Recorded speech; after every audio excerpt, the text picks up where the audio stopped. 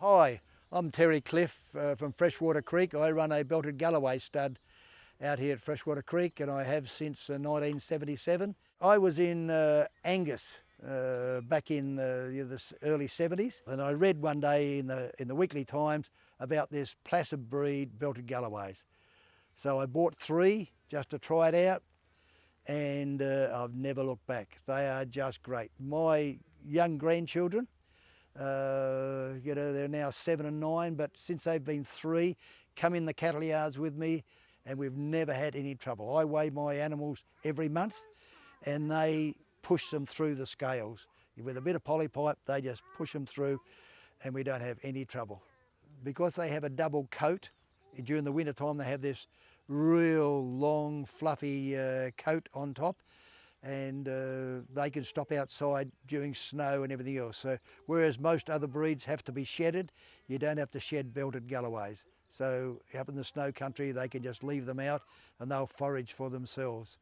In fact, I've been down here in the winter time with a white frost all over their back. You can put your hand, so there's usually about an inch gap between the frost and their back. You can put your hand in there and it's as warm as anything, whereas the frost is sitting up in all the hair. But it is just a great docile animal to have. I've only been using compost out here on the paddocks for 4 years. And I went to a field day once and I happened to hear a chap from Camperdown talking about compost, and it wasn't until I heard that the penny dropped. For 40 years I've been making compost for my veggie garden and my orchard, and I never ever thought about you should have compost on your pastures. Don't know why, but it seemed like a trip to Damascus for me.